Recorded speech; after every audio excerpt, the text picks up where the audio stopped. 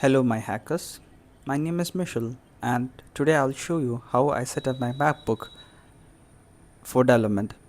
I mainly work with web applications and backend services,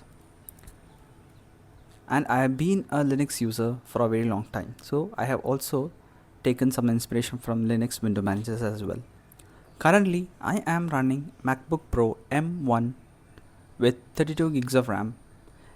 Even though it's a bit old, it has never given me any issues till date. It's still good as new.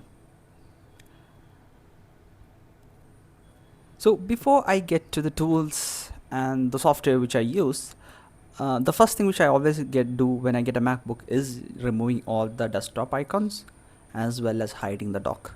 In Linux, if you are using any GNOME as a window manager, you won't see any icon. So I will basically replicate the same thing in my MacBook as well by removing all the icons, anything from the desktop. I would be removing everything. And I also decrease the dock size, remove all the unwanted application which comes in the dock, also made it auto hide whenever an application is on top of it. So this is how I set up my desktop. As you can see, I have a really good awesome wallpaper, and I get all of my wallpapers from a site called wallhaven.cc. uh,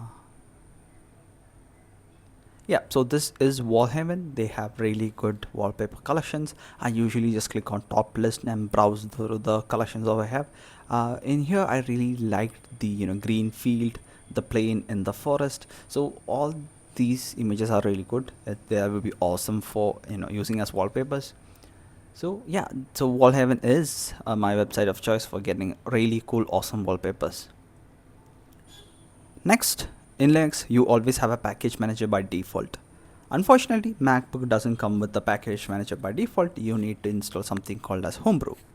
Now, Homebrew is really good package manager which is present for Mac. You can install a lot of things. So one of the software which I'm going to install is Clamp.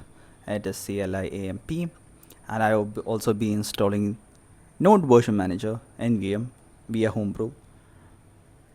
I already have those things installed. It's just basically just copy the command and you can paste it in your terminal, and those will be installed.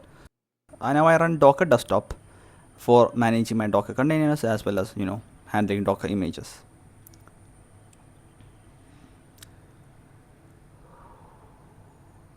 So this is Ghosty.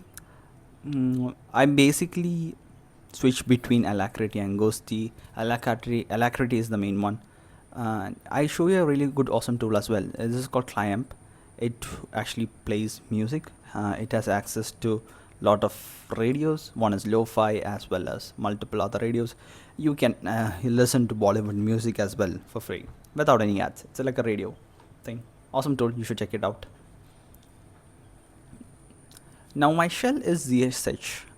Use ZSH as my main shell, and I have few ZSH plugins present, and also have one custom script which I made.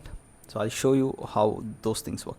Now if I press Ctrl R, I will basically be fuzzy searching my ZSH history file, and I also have autocomplete and git complete.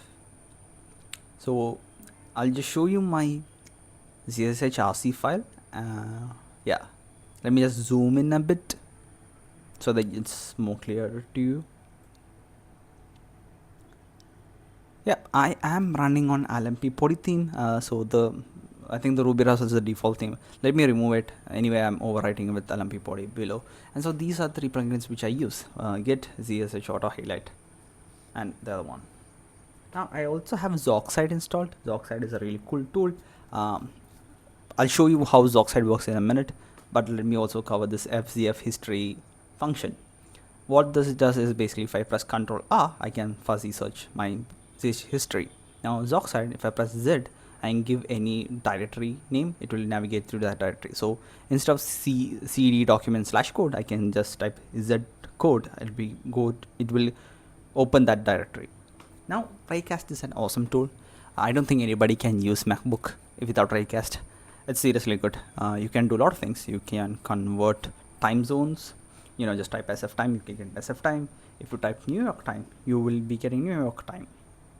So it's a really cool tool. I mean, not just time zone, you can also convert pounds to ounces, ounces to grams, and you can also do basic mathematical operations, search from here. And there are a lot of plugins available. You can create random UUIDs. Let's say you can also install the Homebrew package manager, like install Homebrew packages via Raycast. You can also have default Raycast nodes. You can have Raycast clipboard manager. Like, there are a ton of things Raycast. I think I'll cover whole Raycast tutorial in another video, but it's an awesome tool. As I am from a window manager user in Linux for a long time, I have added key bindings to all my applications. So if you think if I press option B, it will open Brave automatically. Likewise, I have mapped option A to opening up Alacrity by default. Like, I have option D to open dweaver, which is my DB client, and option P for my API client, which is Yak. I'll also get through them in a bit.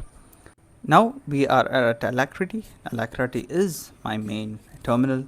I also run a team execution in this one. So that's how I manage my projects and different panes. So if you can see the top space, it's Michel, which is basically I run background services such as ngrok and things. Pricing is a project which I'm working on. Mugo is my personal website repo. I usually run NeoVim as my basic text editor, and so this is my NeoVim config. I also use OpenCode as my go-to agent harness. I usually do a split between them. Like 80% is NeoVim, 20% is basically OpenCode. Yeah, if I want to run let's say one-time command or something, I have a floating Tmux pane keyboard shortcut setup. So if I press, let's say, Control space and W, it will show a pop-up. So yeah, so this is the pop-up. If I press Control space and W, you will get a pop-up like this. Let me exit out of it. And if I want to, let's say, a long-running server, let's say a Nextjs server or Hugo server, I basically create a horizontal split like this and then just run the serve command.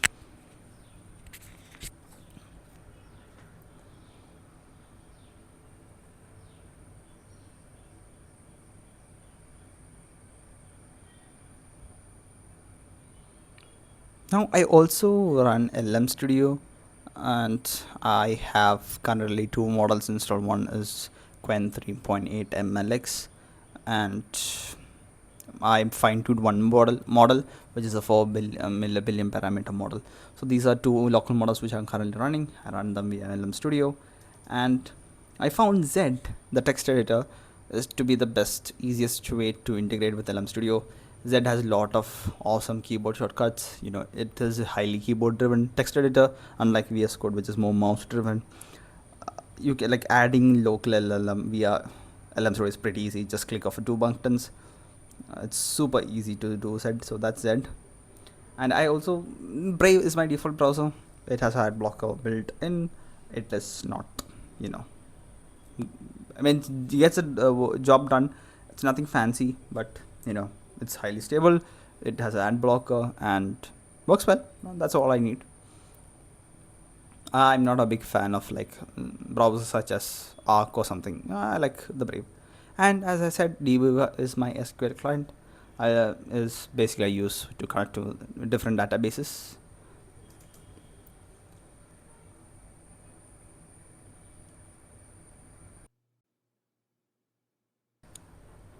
And I also use LazyGit to manage, Git commands. It's a pretty good GUI. That's also one thing which I use. The next is Yak. Yak is basically an API client, this is open source, by the way. And you can there is Git integration. You can branch things out, manage things via Git. You can push to a GitHub repo. You can set environment variable per folder, per environment. You can have multiple environments. It's a pretty feature rich Yak. I like the most out of everything. And this is Cot, which is basically a text editor similar to Notepad. I basically use this as a scratch pad to dump things down. And this is an awesome screenshotting tool called FlameShot. You can do this is the like features. You can highlight things, you can mark things, you can draw arrows, you can draw lines, you can blur things up.